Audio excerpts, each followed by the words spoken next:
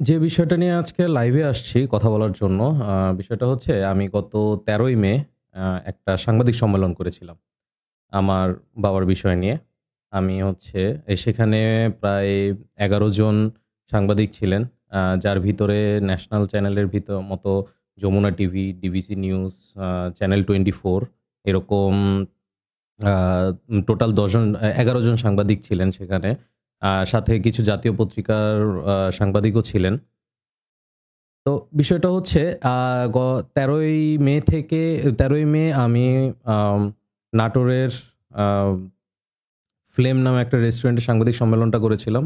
সাংবাদিক সম্মেলন শুরু হয়েছিল সকাল 11:30টার দিকে এবং আমি প্রায় ২২ মিনিট কথা বলেছি এবং ওই কথাটা আবার লাইভ হয়েছিল সজাগ টিভি নামে একটা চ্যানেলে। এইটার আমি হচ্ছে আমার পিন কমেন্টে আমি সেই লাইভের লিঙ্কটা শেয়ার করে দিয়েছি। এই যে সাংবাদিক সম্মেলনটা হলো, এই সাংবাদিক সম্মেলনের পরে এখন পর্যন্ত অন এয়ার এ এখন পর্যন্ত নিউজটা আসে নাই।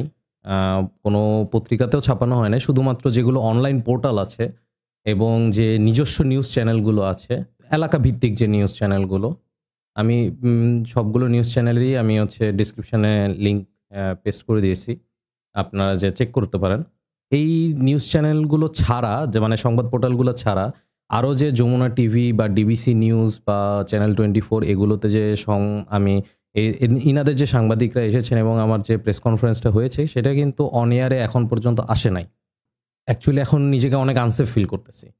কারণ দেখা যাচ্ছে যেহেতু সংবাদটা হয় নাই, আম আমি জানি না যে এটার পিছনে আসলে কি হচ্ছে? আ সংবাদ আসলে কেন হচ্ছে না বা কেন ছাপানো হচ্ছে না?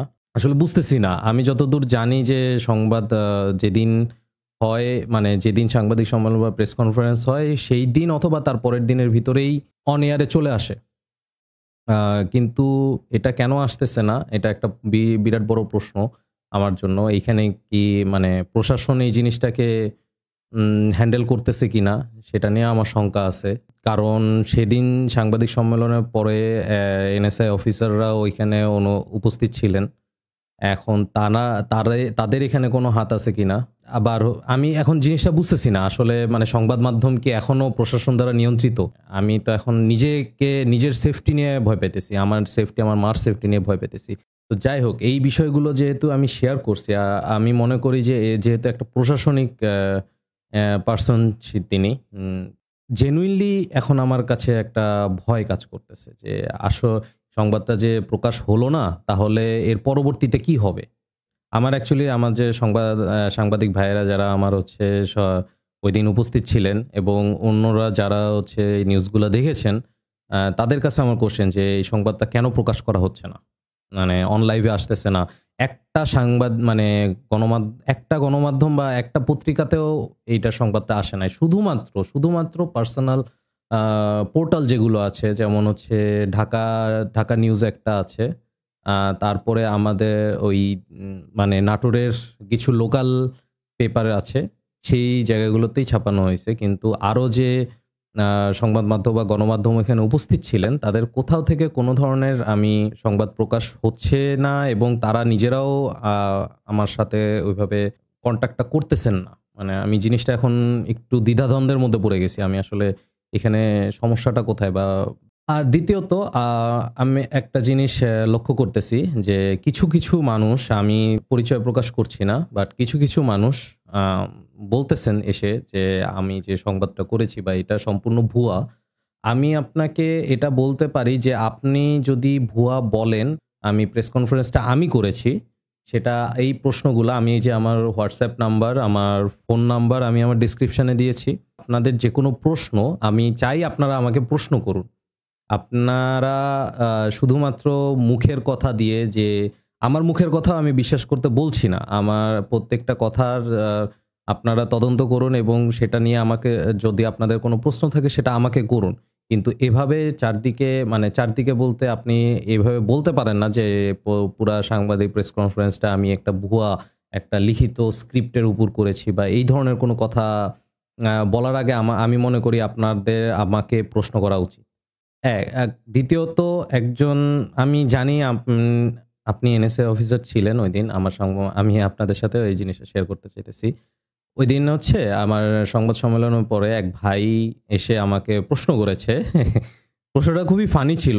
আমি এট দ্যাট পয়েন্ট আমি মানে জিনিসটা হজম করতে পারি নাই। প্রশ্নটা শুনে আমি নিজে থতমত খেয়ে গেছিলাম। আ আমার মার সামনে তাও তখন আমার মা উপস্থিত ছিলেন। আমার মার সামনে আমাকে প্রশ্ন করা হচ্ছে যে, আমি যে মানুষটাকে নিয়ে কথা বলতেছি, আমি যে মানুষটাকে নিয়ে কমপ্লেইন করতেছি, যাকে আমি বাবা দাবি করতেছি, তার সাথে সে যে আমার বাবা, তার প্রমাণ কি? মানে এখন মানে আপনার কথা মতো যে একটা সন্তান তার বাবার সাথে সম্পর্ক, তার বাবার পরিচয় দেওয়ার জন্য তাকে প্রমাণ করতে হবে, প্রমাণ দিতে হবে। মানে আমি আপনার কথাটা আমি ঐদিনও প্রশ্নটার মানে বের করতে পারি নাই। আমি এতদিন হয়ে ওই ৩-৪ দিন হয়ে গেল। আমি এখন পর্যন্ত আপনার প্রশ্নের কিন্তু কোনো অর্থ বের করতে পারি নাই। মানে আপনি কোন আঙ্গিকে এই প্রশ্নটা আমাকে করছেন আমি একটু জানতে চাইতেছি।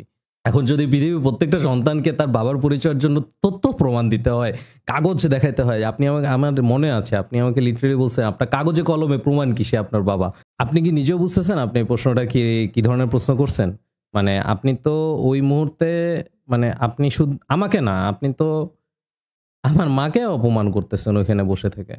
আর আপনি নিজেকেও অপমান করতেছেন। আপনি কি বুঝতেছেন আপনার প্রশ্ন? এই সেম প্রশ্নটা যদি আমি আপনাকে করি আপনি কি উত্তর দিবেন? মানে আপনি কি সবসময় পেপারস হাতে নিয়ে ঘুরেন? ওই যে আমার বাবা এই নেন, এই দেখেন আমার পেপার। আমি আপনার কাছ থেকে একটু বুঝতে চাই। মানে আমার বাবা কিনা সেটার জন্য আমাকে এখন তথ্য প্রমাণ কাগজে প্রমাণ দিতে হবে। আরেকটা জিনিস আমার হচ্ছে যে পোর্টালগুলোতে নিউজ আসছে আমি এটা খেয়াল করলাম। আমি ওই নিউজগুলা পড়ছি।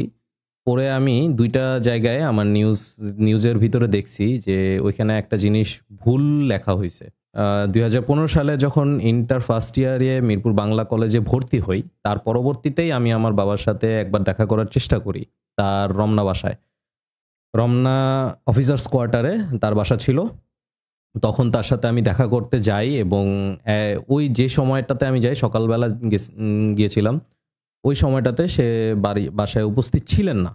উনি তো তারপরে আমি তার সাথে যখন ফোনে কনট্যাক্ট করার চেষ্টা করি, আ তারপরে হচ্ছে উনি তো প্রথমত আমাকে ইগনোর করে। পরবর্তীতে যখন আমি একটু মানে মানে মন খারাপ করেই বলি যে, "বাবা আমি তোমার সাথে দেখা করতে আসছি। তুমি কেন আমাকে এভাবে ইগনোর করবা?" আমার বাবার সাথে দেখা করতে গেছি। কিন্তু সে তখন আমাকে রমনা থানায় আটকায়। মানে রমনা থানার কনস্টেবল ওসি কে বলে আমাকে হচ্ছে সেখানে বলে যে, "আমি হচ্ছে একজন সন্ত্রাসী। তার বাসার সামনে ঘুরঘুর করতেছি। তো ধরে নিয়ে আসার জন্য" এবং আমি ওই এক রাত রমনা থানার হাজতে ছিলাম। এই তথ্যটা আমি ২ টা পোর্টালে যে ছাপানো হইছে, আমি এখানে দেখলাম যে ওইখানে ২০১৩ সাল লেখা হইছে। ওইটা ভুল। এটা ২০১৫ সাল হবে। ইনফেক্ট আমার যে প্রেস কনফারেন্সটা ছিল বা লাইভটা ছিল, আমার যে পিন কমেন্টে আছে লাইভের আপনি পিন কমেন্টে লাইভ ওই লিঙ্কে যেয়ে লাইভটা ওপেন করে ১৯ মিনিটে যাবেন। ১৯ মিনিট ৩০ সেকেন্ডে আমি একটু আগে চেক করলাম। ১৯ মিনিট ৩০ সেকেন্ডে ওইখানে আমি স্পষ্টভাবে বলছি যে ২০১৫ ওটা হয়তোবা প্রিন্ট এরর হইতে পারে। আমি এটাও চাই না যে আমার কারণে কোনো ভুল তথ্য বা ভুল কোনো নিউজ চারপাশে ছড়াক। এটা আমি নিজেও চাই না। আমার বাবার নাম হচ্ছে মোহাম্মদ শরীফ উল হাসান। নট শরীফুল, শরীফ উল হাসান। আ তিনি বর্তমানে এনএসআই ন্যাশনাল সিকিউরিটি ইন্টেলিজেন্স অথবা জাতীয় নিরাপত্তা গোয়েন্দা সংস্থার জয়েন্ট ডিরেক্টর যুগ্ম পরিচালক। যেহেতু এখন সবকিছুর রুলস চেঞ্জ হইছে, এই সময় আরকি আমি মনে করেছিলাম যে আমি হয়তোবা এখন মানুষের কাছে পৌঁছাতে পারবো। আমি চাই যে সে যে কাজগুলা গোপনে করতেছে সেগুলো যাতে প্রকাশ হয়। কিন্তু এখানে এসেও আমি দেখতেছি যে একটা বাধার মধ্যে পড়ে যাচ্ছি। মানে আমার নিউজটা প্রকাশ হচ্ছে না। নিজেও শঙ্কিত আসলে কি এখন সংবাদ মাধ্যম মানে প্রশাসনের হাত থেকে নিস্তার পাইছে? নাকি মানে গণমাধ্যম কি এখনো ফ্রি না? মানে কেউ ফ্রি টু টক না? আমার শেষ কথা হিসেবে আমি এটাই বলব যে আসলে আ গণমাধ্যম এখন কতটুকু ফ্রি যে একটা নিউজ করার পরে সেই নিউজটা যে অন এয়ার হবে কি হবে না বা হচ্ছে না, এটা আমি কিভাবে দেখব? এটা কি আমি ভালোভাবে দেখব নাকি খারাপভাবে দেখব? আ আমার যে সাংবাদিক ফ্রেন্ড আছেন যারা বা অন্যান্য যারা সাংবাদিক দেখবেন তাদের কাছে আমার প্রশ্ন যে আসলেই কি গণমাধ্যম এখনো ফ্রি? বা নাকি এখানে প্রশাসনিক ক্ষমতা দেখায় এখনো গণমাধ্যমকে কন্ট্রোল করা পসিবল? যতদূর আমি নিউজগুলো থেকে জানছি যে এই যে পোর্টালগুলোতে যে নিউজগুলো হয়েছে সেখান থেকে জানছি যে তার সাথে কেউ কন্ট্যাক্ট করতে পারে নাই।